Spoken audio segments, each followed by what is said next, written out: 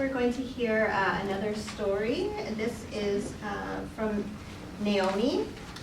Naomi Sayers is an Indigenous feminist, activist, and writes at quaytoday.com.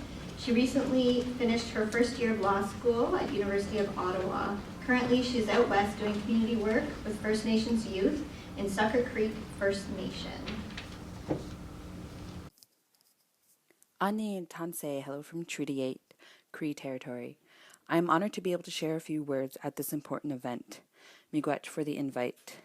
Originally, I'm from Garden River First Nation, located in Northern Ontario. Presently, I am in Sucker Creek First Nation, located in Northern Alberta. I am speaking from my own realities and knowledge of my particular communities, and I do not mean to erase the realities and knowledge of those communities that exist in more northern parts of Canada. Yet, I think it is safe to say that colonialism and all of its racism, misogyny, gender-based violence remains the same to all of our realities as Indigenous peoples in colonial Canada. These words are inspired by my little sister's essay entitled Homeless in Their Homeland, where she outlines the history of our family's migration over colonial borders imposed on the communities my family originate from. I credit her for the research on my family's history. Before Confederation of Colonial Canada in 1867, my thrice great-grandparent Cecil to my maternal grandmother Lillian migrated to Manitoulin Island from Wisconsin. Cecil became a part of the South Bay Band, where her partner Samuel was from. The band traveled for an annual harvest. In 1862, however, at the signing of a new treaty from Manitoulin, and while the band was traveling for the harvest, the band missed the signing and was not granted any land. At this point in time, my sister describes my family as having no rights to their land, or homeless in their homeland. With an increase of white settlers literally settling on the band's land, and less than 100 years later from the prior mentioned displacement, my great-grandfather Edward was removed from the same band.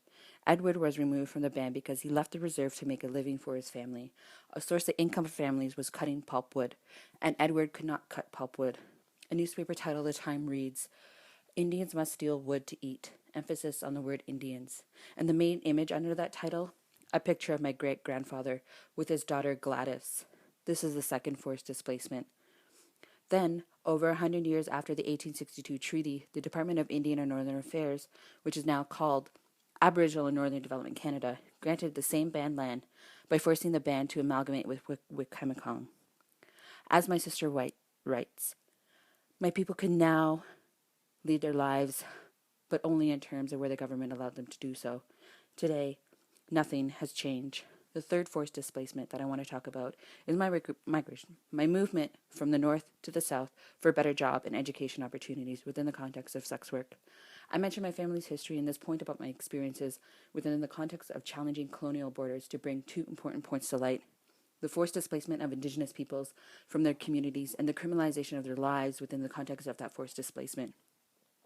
My great-grandfather was criminalized for trying to provide for basic necessities for his family and was forced to move because of white settlers settling onto band land, who also occupied the majority of the jobs. When I moved to the south, I was leaving a call center job, one of the limited jobs available to women, especially Indigenous women, in a northern city. I called a Southern Ontario bar a strip bar, asked to be put on schedule, move into a dancer house. And under Canada's current anti-human trafficking policies, I would be labeled a human trafficking victim, a young Indigenous woman moving from the north to the south while working in the sex trade. I want to briefly deconstruct the human trafficking narratives produced by the state and forced onto Indigenous bodies. I want to deconstruct these narratives because the state is not safe. It does not protect Indigenous peoples. The state chooses to define when the forced displacement of Indigenous people is human trafficking or not. The forced displacement as a result of state action is okay, but the forced displacement when seeking to provide for oneself or one's family is not okay. In the context of sex work, Indigenous persons are forced to move from their communities because of lack of job opportunities in or around their communities. Some are pushed into the sex trade by the natural resource extraction industry, or by sexism, racism, or misogyny in the only available quote-unquote legitimate or legal jobs. The colonial government's love affair with anti-human trafficking policies is an example of the ongoing criminalization of Indigenous people's lives.